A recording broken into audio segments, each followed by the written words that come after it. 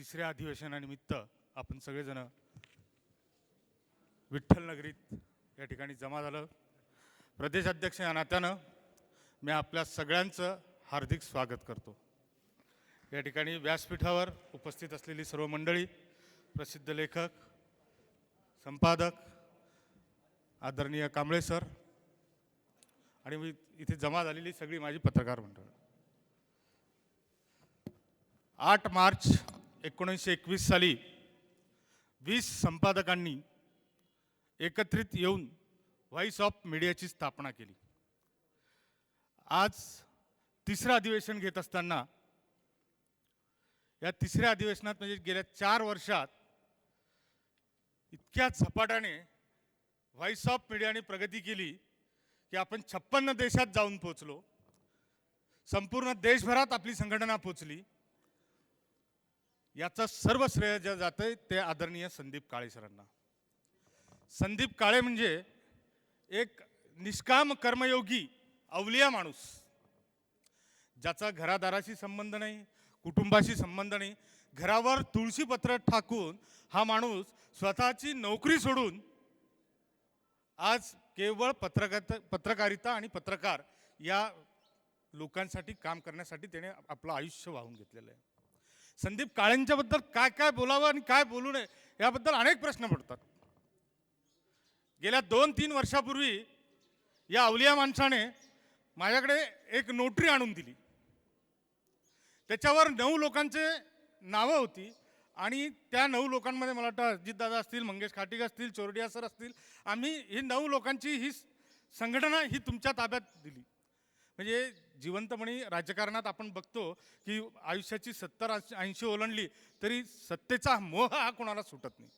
या अवलिया माणसाने मी आणि माझ्या वडिलांनी मला जी काही प्रॉपर्टी दिली तेवढी सोडून मी माझ्या आयुष्यात कमवलेली सगळी प्रॉपर्टी व्हॉइस ऑफ मीडियाच्या नावाने दान करतोय.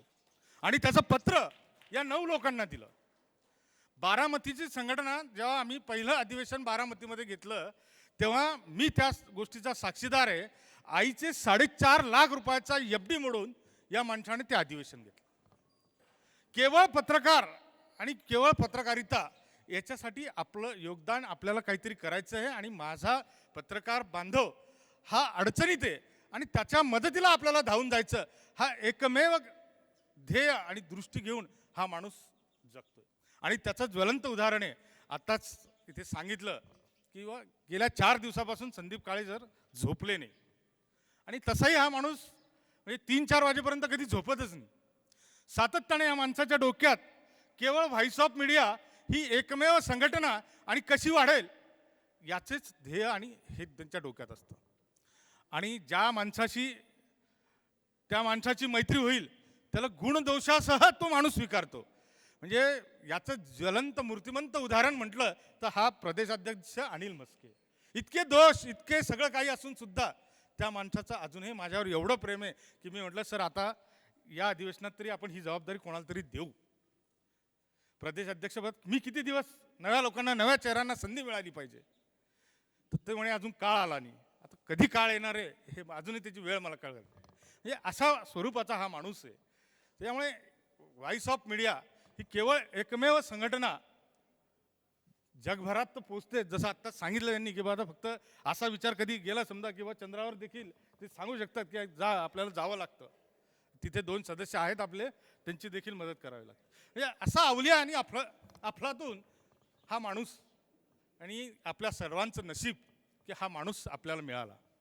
आणि म्हणजे हा जो दिवा आहे ते चोरडियाजींनी सांगितलं. व्हॉइस ऑफ मीडियाचा पहिला दिवा त्यांनी मराठवाड्यात लावला, दुसरा विदर्भात लावला आणि दिवे जेव्हा एकमेकाला जोडल्या जातात, एक दिवा दुसऱ्या दिव्याला पेटवला जातो, तर पहिला दिवा कोणता आणि शेवटचा दिवा कोणता हे जसं समजत नाही तसंच याच व्हॉइस ऑफ मीडियात राष्ट्रीय अध्यक्ष कोण, प्रदेश अध्यक्ष कोण हे कधीही समजत नाही.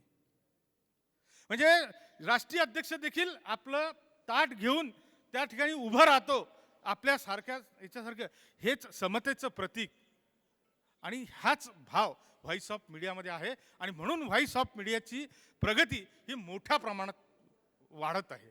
आणि जसं यांनी सांगितलं पारंपरिक क्षेत्रात विठोबाचं दर्शन घेण्याची ही एकमेव संस्था अशी असेल की प्रत्येक माणसाला विठोबाच्या दर्शन घेताना त्याच्या पायरीवर जाऊन दर्शन घेता येतं. अशी समतेची भावना या पंढरपुरात आहे आणि ही कित्येक वर्षापासून चालत आली आहे. आणि असंच समतेचं वादळ म्हणून संदीप काळे म्हणून यांच्याकडे बघितलं जातं. आणि असा या अवलिया माणसाबद्दल अनेक दिवसभर जरी बोलायचं ठरलं तरी बोलू शकतो. पण असो, आता पहिल्याच सत्रात दिव्या मॅडमच्या आदेशान्वये मला बोलण्याची संधी मिळाली, त्याबद्दल मी त्यांचे आभार मानतो आणि थांबतो. धन्यवाद मस्के सर.